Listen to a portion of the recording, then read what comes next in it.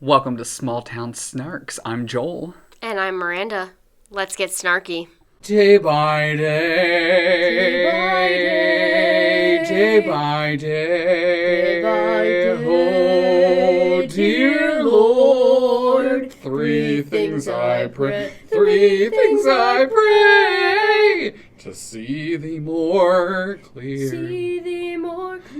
love thee more dearly, follow thee more nearly, day by day. That's And we're back. Spooky version. That was the spooky version. I like it. Day by day. We're back. We're back. And we've got quite the topic to discuss today, my friend. Yep. Quite the topic.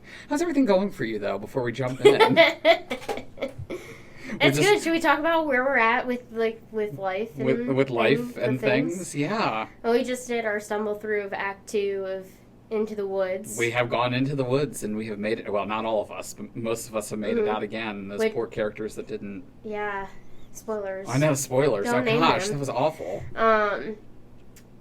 By the time this airs, we'll be in Tech Week for Woods. Oh, is that how it's all stacking Yeah, up? sure is. So, Time is flying. yeah, everyone be sending us vibes that are positive right now. We're in the Really- thick of it. Really optimistic for future Miranda and future Joel. Yeah. And really, after that stumble through, I'm feeling pretty good about it. Yeah, So. stumble throughs are something else. Mm-hmm. You know, you never know how it's going to go. I've used the expression in the last week, or I've made the statement multiple times of, we've had really good stumble throughs over the years, and we've had really not so good stumble throughs over the years. And I'm very happy to say that this was definitely on the positive side of things as far Yeah. as stumble throughs I think go. I would put it right in the middle. Yeah.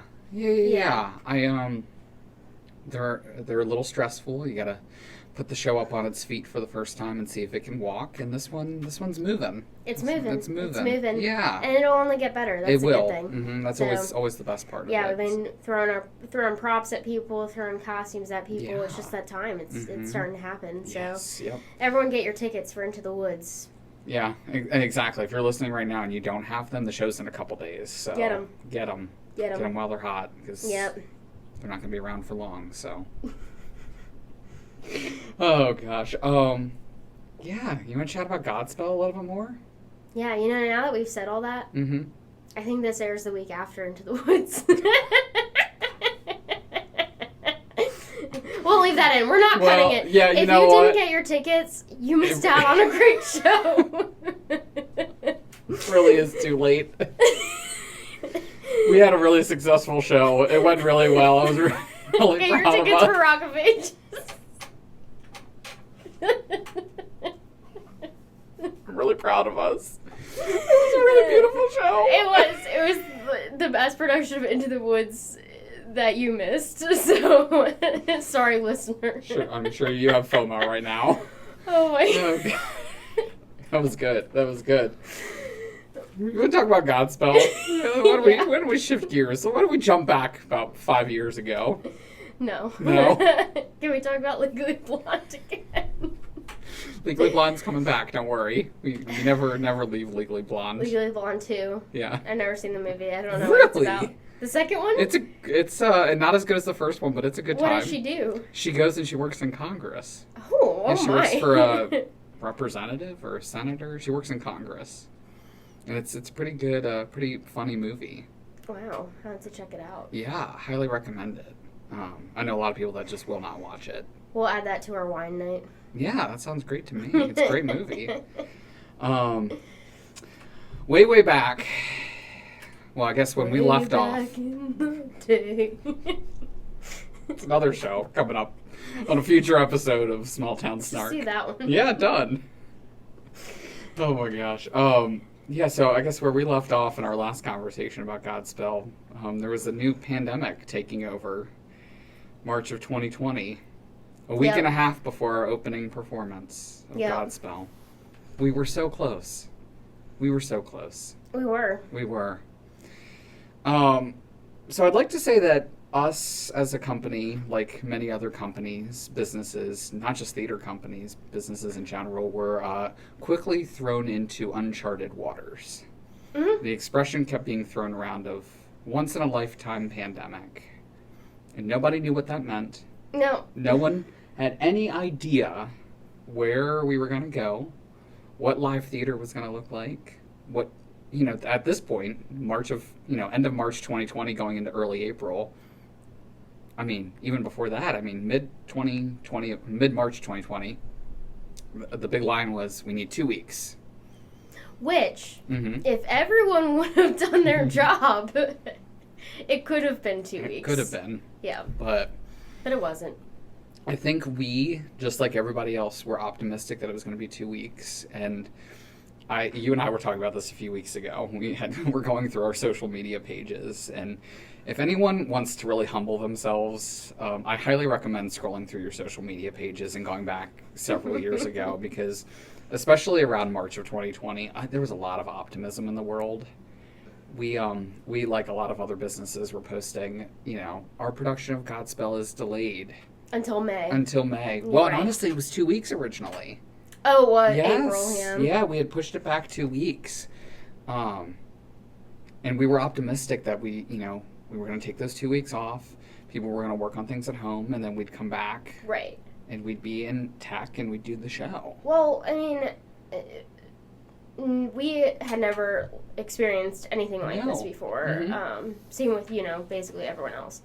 So, the idea that the world would shut down for 2 weeks, that was crazy in and of itself. Yeah. The idea that it became, I don't know what it ended up being, like a year and a half or whatever. Yeah, I mean, we'll talk about this more in detail, but the next show that we did in person with live audience would have been Puffs, which was summer of 2021.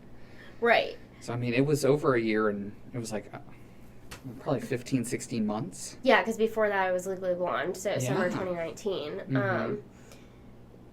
So, yeah, we didn't know, like everyone else, and we were very optimistic that it would be 2 weeks, and, we would keep the show in the cast's heads, and then we would just get together and perform it, and we'd be done. Yeah, exactly. Well, as I mentioned in our last episode about Godspell, during this time, and I'm really grateful that I did this, because it was a really nice reflection for, like, my mental health, and also just in general about where we've gone over the years.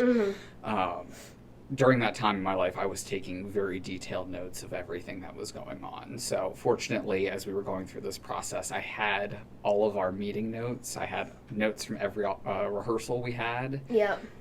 Board notes, which we're going to talk about in an upcoming episode, about what it was like as a company trying to go through the pandemic. But one thing from my notes that I found that was really interesting was that we were really at the whim of what the government was doing and how they were handling it. And I think we discovered very quickly that it was nobody knew, and nobody had been through that process before, and everybody was handling it differently. Every state government was doing it differently. Federal government was doing its own thing. Like, it just was such an unpredictable time. And the note that I wrote more than once was, call about the show will be made as soon as the state makes up their mind. I wrote that probably 4 or 5 different times over those couple of months. And I think that was one of the harder things about operating a business during this time, especially one that is dependent on being in person, at least some people being in person, right? Is the lack of guidance from leadership in the country was really, really tough, because we weren't being given really advice on what to do. I mean, there were kind of basic parameters, but it seemed like everyone was just kind of making it up as they went, and health experts were saying do this, but like leaders were saying other things. And I remember, like, the weight of that responsibility as a local theater group trying to make the right decisions to operate a business and also keep our people safe, when like no one is giving us real like guidance or regulations. It was extremely difficult, because we're not health professionals and we don't know, but also like we're trying to operate a company, so trying to navigate that without that leadership was really, really tough. Well, and I think we also were in a really interesting predicament that there are things that I take from this process that we still use to this day, as far as thinking on our feet and always knowing that, the other shoe could drop at any point in time. But along those lines of, like, the government, making their decision, we also were at the whim of other organizations. I mean, the venue we were using for Godspell had their own protocol of things that they had to follow. We were working with a group of people who had committed to do the show through mid-March and asking them to stay on indefinitely to continue with the show, not knowing what their lives were going to be like. There was that whole big question mark. There was just a lot of unpredictability about it. And I think for us, specifically in relation to Godspell, it was, how do we keep everybody up to speed while also not knowing when or how we were going to present this show? Right. And I remember there was another group, like, during this time, I think it was probably, I don't remember exactly when the production was, but there were still mask mandates, and I remember they did a show, and it was pretty controversial because it was just like, are we starting to do shows again? Like, what does that look like? Yeah. Again, no one really knew, and they had to consult, like, lawyers and stuff to figure out who had to be masked, who didn't have to be masked, what the seating capacity in the venue could be like, and all this stuff. And then on top of that, you get to a point where you're like, okay, we could technically do the show. Is anyone going to be comfortable seeing it? Is anyone going to buy a ticket to it? Is it worth it? Is our cast comfortable? It brought up so many variables that we had never dealt with before. And I think along that same line, theater people are really interesting people. I really, I classify myself as one. I know you classify yourself as one. Like, theater people are so unique because they thrive off of that experience of not only performing and working on shows, but the idea of being in a space, sharing a similar experience with, in our case, 300 other people. Right. Or, like, for me, going to see shows, I travel to New York pretty frequently and see, Broadway shows. And, like, that experience of going into the same place with 1,000 other people and experiencing that, in the grand scheme of things, it paled in comparison to what was going on for society as a whole of, like, people were very sick and people were dying because of this disease. And there were a lot of factors there, but I remember as things were progressing, there was this big conversation of, like, people managing their mental health and, like, those things that made them feel whole and, like, finding ways to still match that. So as a society, and, we'll talk about this more when we discuss the company as a whole operating on this, but, like, we as a society were trying to find a way to give people those experiences without putting their physical health at risk. And, that was something that played into our conversations with Godspell. I remember us, we'll talk about the rehearsal process a little bit here in a moment, but, like, we were exploring if there were ways that we could do, like, virtual performances, or if we could record, people performing their vocals and, like, doing it virtually. And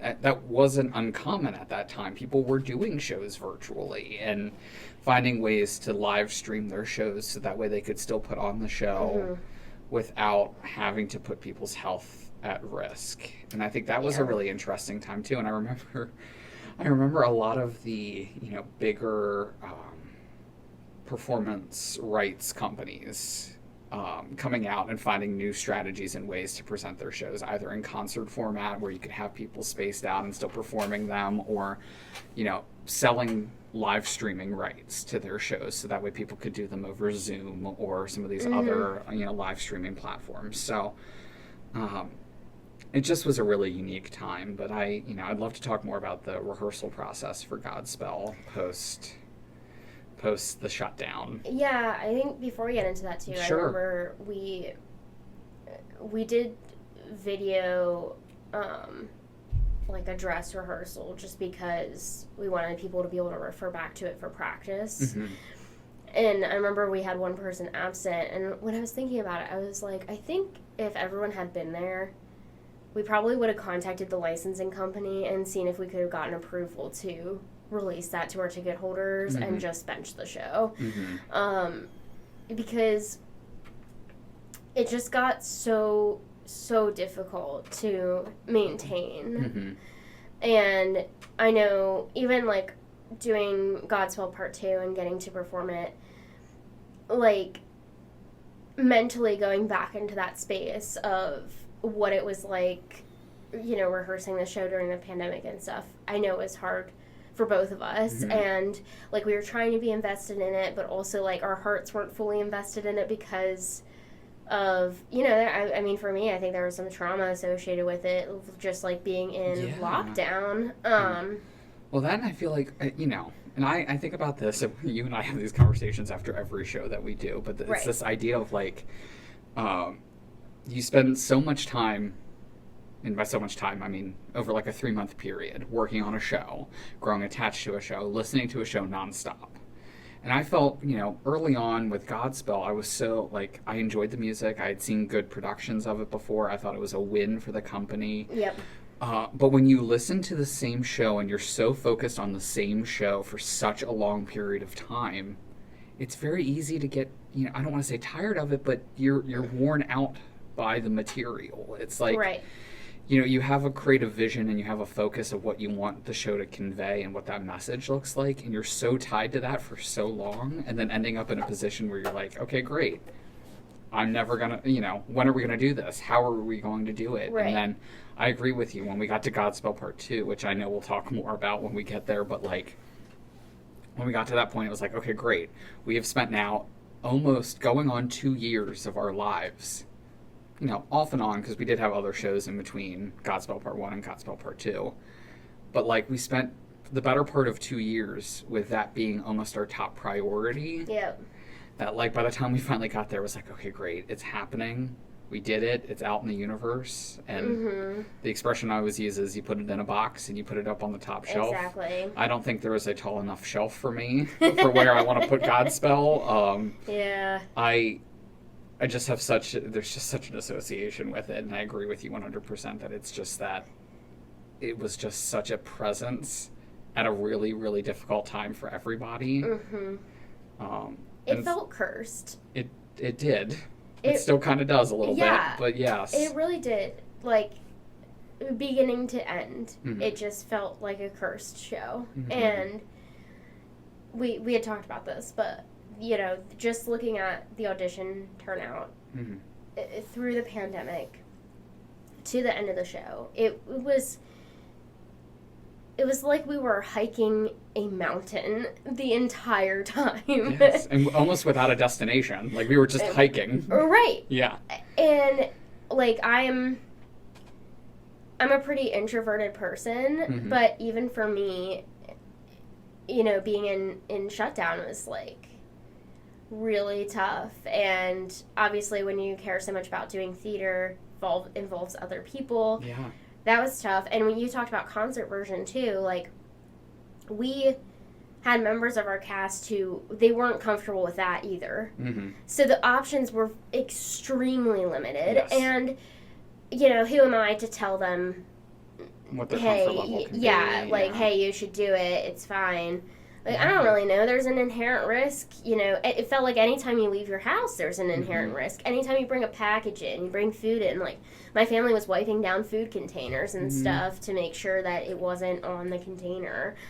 So it just, it was a very unique time that, I mean, we're so lucky that we got through it without, like, loved ones getting really sick from it and being in that situation, because, of course, that's way more horrible than what we're talking about. But, you know, mentally, it was tough on, I would say, almost everyone in different ways. Its effects. Yeah. Absolutely. Yeah. I do want to talk about this rehearsal process. And, like, let's do it. As we're getting into this topic, anyone that lived through the COVID-19 pandemic realized that technology became your friend. It became your greatest asset. And I think we realized, you know, with that unpredictability of how long it was going to take before we could perform the show, that we wanted to make sure that our performers who were committed and ready to continue on with this process were staying up to speed. Right. So we, based off my notes, it seemed like every 2 weeks or so, for a while, we were rehearsing virtually. Yep. Now, what did a virtual rehearsal consist of? You may be asking, listeners. I think about a Teams call at your job where some people want to be on camera and some people don't want to be on camera. Some people have connection issues. Other people don't have connection issues. Some people have, their phone for a camera that they're using. Some people are using a laptop. So you have all of those different things that are impacting these rehearsals. Yep. Some people are unmuted when someone else comes in the room and is having a conversation. Yes. There's delays. Yep. But what we strive to do was we would do vocal rehearsals, which meant we had people singing at the same time as each other, or singing, if you had a duet with somebody, you'd be singing with that other person and everybody else would be on mute. We were doing choreography rehearsals where people were, standing in front of their cameras and doing the full choreography for the numbers. One of my favorite notes, and we talked about this on the last episode, was that Godspell was a very trick-heavy show. Oh, yeah. And one of my favorite notes that I have from later on in that process, of this rehearsal process, and we'll talk about how long we were rehearsing to in a minute, but from one of the later rehearsals, we were talking about, the date of the show kept getting pushed back, but it was coming up at that point. And one of the comments that was made was, everyone felt pretty comfortable about everything, but the tricks were going to need some refreshing. And I saw that, and I laughed at that note because I was like, well, that makes a lot of sense considering the one thing we couldn't virtually rehearse were the tricks. Yeah. And it really was a trick-heavy show. But we had... one of the things that I had a lot of understanding for at that time, but even now I have even more of a greater appreciation for it, was the fact that everyone stayed so committed to that show for as long as they possibly could. Mm-hmm. We as a society, 2 weeks additional onto a rehearsal process is one thing. Especially when it was like, look, we're shutting down for 2 weeks, but everything's going to reopen in 2 weeks and we'll be able to keep going. The longer that process went on, people were either getting ready to go off to college or, their summer plans were changing and they were moving or, the factors and what people were dealing with during that time really started to play an ultimate role on the show. So there were times, and I'm glad that I kept these notes from the rehearsals, but also from our board meetings at the time. There were conversations of people leaving the show and finding new people that could take over those roles. Yeah. Because again, we had no idea how long it was going to be or when the show was ultimately going to happen. So it was just really informative to me to see that by like mid-April, mid to late April, we had lost somebody from the cast, and we immediately, during our next board meeting, were having conversations about how we could fill that role. And then by like May, June, we saw a couple more people leave, and then we were adding people in. Or we'd be having these rehearsals and people would not show up on time, or they, or at all, right. So watching that transition and seeing and reading our process of like trying to figure out how we can keep things going in the midst of people leaving or people picking up new information or making sure people got videos so they could see their new blocking or see their choreography. Yeah. Was really interesting. That was hard. Like, seeing people leave the show, I know was mentally really tough on me. Looking back on it, obviously, and I've had a lot of therapy since then, but realizing it didn't have anything to do with me or the company. But, at the time it was like, it was such a struggle to do anything. Yeah. And then on top of that, having people start to trickle out, and it was just like, oh my gosh, is this ever going to happen? Right, exactly. And I mean, after we had put in so much work, it was just, thinking about it from the perspective of some of those people that had to leave, like, they wanted to do that show as much as we wanted to do that show, and it just, life just impacts you in different ways. Different things are going on, especially at that time when things were so unpredictable. So I agree with you. It was definitely, like, it felt like we were all in the trenches together, and then us realizing that this show was still going to happen come hell or high water, and like we were staying in it and just putting the pieces together when we'd lose a piece, just finding a new way to just patch the show back up to keep it going. So ultimately, through my notes of this like virtual rehearsal process, the last note that I have of rehearsals for Godspell was in November of 2020.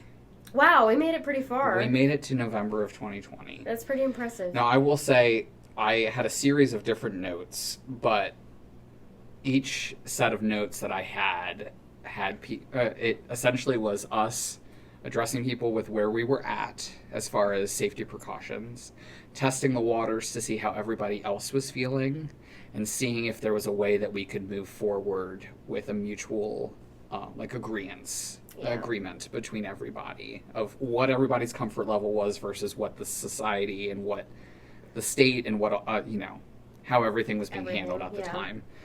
And I would like to say, just from a holistic standpoint, as a company, we were very focused on making sure that we were doing everything we could to make sure that people were staying safe within accordance to the policies that were being set out for us by, those outside factors, the venues, the state, everybody. But then again, it's exactly that point that you made earlier of like everybody was having their own lived experience with this, and they were approaching it in different ways.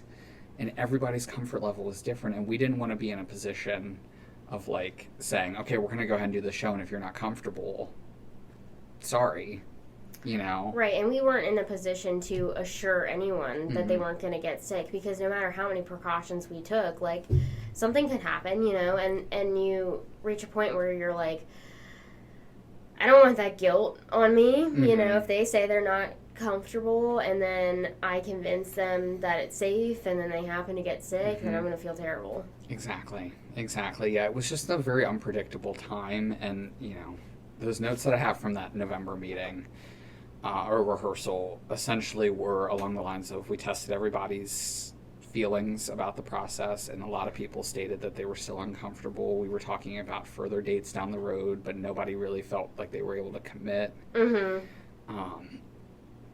it was at that point that we ultimately made the decision to just kind of bench the show indefinitely. Yep.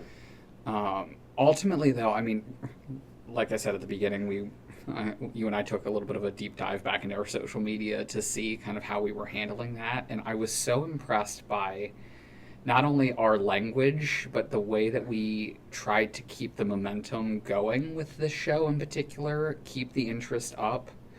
I mean, we had notes going, or I had notes going from all of our meetings of like, okay, social media, what are we doing on social media to continue to encourage people to want to participate and stay engaged with the show? And I remember that being a source of optimism for me of like, okay, great. If we believe that this show is still going to happen and we want it to happen and we're encouraging other people to be excited about it, then that's going to keep me motivated in this process. Right. But yeah, I mean, we probably changed those dates in 2020 4 times at minimum, and we'll make sure to share online some of those social posts that we sent out. I took a lot of screenshots of those, but yeah, and every time we changed it, I emailed all the ticket holders. I will say, people were really generous, and most people were just like, "Hey, just take my ticket money as a donation," or, "Yeah, so excited for when it moves." But it was definitely like, I'm proud of us for keeping up with the business side, because it would have been really easy to just say, screw it, we don't know when things are going to happen, we're just going to not worry about social media, not worrying about keeping up with anything. And I'm glad we kept up with it. And I do remember that relief I felt when they finally had a vaccine. I was like, oh, it's ending. It's going to end. There's an end in sight. Yeah. I mean, ultimately making that decision and just postponing the show indefinitely, I feel like by that point it had been a year. It had been a year of working on Godspell. Now, granted, after March it was kind of off and on, but like it had been a full year since auditions that we were working on that show. And to get to that point in November, I know for me there are some other things that we'll discuss as far as like where I was company-wise at that time, but like I felt like it was done, but there was never, at that point it didn't feel like there was a payoff. You know, at the end of a show it's like, you know, we've done all of this and people got to see it and react to it and and it just did not have that moment of like, okay, great, we did it and we're proud of it and it's time to move on. So that didn't have any closure. Yes, closure is a good word for it. So I felt it was really important for us to have this kind of discussion because it was such a tense time and there was just so much happening, and Godspell in particular, I think we collectively, we've gotten to a point now where we joke about it, but at that time it was not something we were joking about. We were very, very much so motivated to not only make that show happen, but to see it through and to make sure that everybody got from it what they deserved from all of their hard work that year. Yeah, and I do remember a couple things. I remember like continually having to contact the licensing company and be like, we're moving it, and then having that conversation of we're benching it indefinitely, can we keep the rights, was the whole thing. And they even told me, they basically were like, yeah, you have them till like through December of 2021, and we ended up doing it in December of 2021. Yeah, but those were the parameters. I had to collect scripts from people that were dropping, and I remember at one point someone had dropped, and I pulled up to her house, and she came out in a mask. I was standing on the like opposite side by my car. She came out in a mask, walked to the center of the yard, dropped the script, walked away, and then I walked to the center, grabbed the script, and left. And it was just those things of the paranoia was so high, and trying to figure out how to continue running things and doing business things, but also, you know, managing people's feelings and expectations. It was definitely a lot, and those rehearsals, it like we weren't. I had an in-person job, so I was on unemployment like a lot of people, and I didn't really have anything set to do like any particular day. And I remember we would rehearse every 2 weeks, and it was like rehearsal would come up, and I think everyone was kind of experiencing this, but I just had this feeling of like, rehearsals tomorrow and I don't want to do it. And it was like my one task for the week was to show up to that rehearsal and do it. And I think it just is so telling of where people's mental health was at the time. It was just the idea of having to do anything when there's no end in sight, and you're just doing it because you feel like it's what you're supposed to be doing. And you know, having a sense of control at the time was really important. So scheduling rehearsals and planning things and having board meetings was all we had, really, to go off of. But I do remember that feeling of like, oh, God, here we go. I'm going to, you know, watch people dance, and half of them are going to be delayed, and half of them aren't going to be on camera. And it's just a very, very strange time. For sure. Yeah, and I, you know, thinking back on it and having this conversation with you has been really good to just like, I don't want to refer to it as trauma, but like it definitely was one of those experiences where like I sometimes in my theater career like to think of everything as pre and post Godspell. Like it's just one of those like benchmarks, and I'm sure that's the case with a lot of people who, you know, we've talked to people who, you know, we refer to it as your COVID show. You know, it's a show you were working on that either you didn't get to do or you were like wrapping up or whatever, right as COVID was happening, and it was just that show that just people tie to, and you know, some people love it or some people are upset because they never got to do it, and it just and it was really tough too because it was supposed to be our first year ever doing more than one show. So Godspell was our first like non-summer show ever, and we were supposed to do Mamma Mia that summer. So it was supposed to be a really big year for us, and it just turned into, this unpredictable. Yeah. And I remember the person we refer to as Karen messaging me about another potential venue, like in the middle of this, and I remember just telling her, like, let's talk when the pandemic's done, because what else are you supposed to do? But just the idea of taking this big leap as a company and doing more than one show a year, and then having this happen right at the same time was, it was like, are we ever going to be able to do this? What does the future hold? We have no idea. Yeah. Oh, Godspell, the show that just keeps on giving. It sure does. Well, and I'd like to say maybe we wrap it up there with this conversation. I like I said, felt very confused, very, like, left on a cliffhanger, and I almost feel like that's where we end this conversation. It's just left on a cliffhanger, because Godspell's done for now, but Godspell's not done. She's coming back. She's coming back. With a vengeance. We've got a lot of really exciting stories to tell between now and then. We do. Yes. We do. Well, it's been a pleasure chatting with you. Yep. Prepare ye, because there's more to come on Small Town Snark. There sure is. Yes, so, alrighty. Until next time. Alrighty. See you then. See ya. Bye. And that's a wrap. Thanks for getting snarky with us. We'll see you later. See you next time.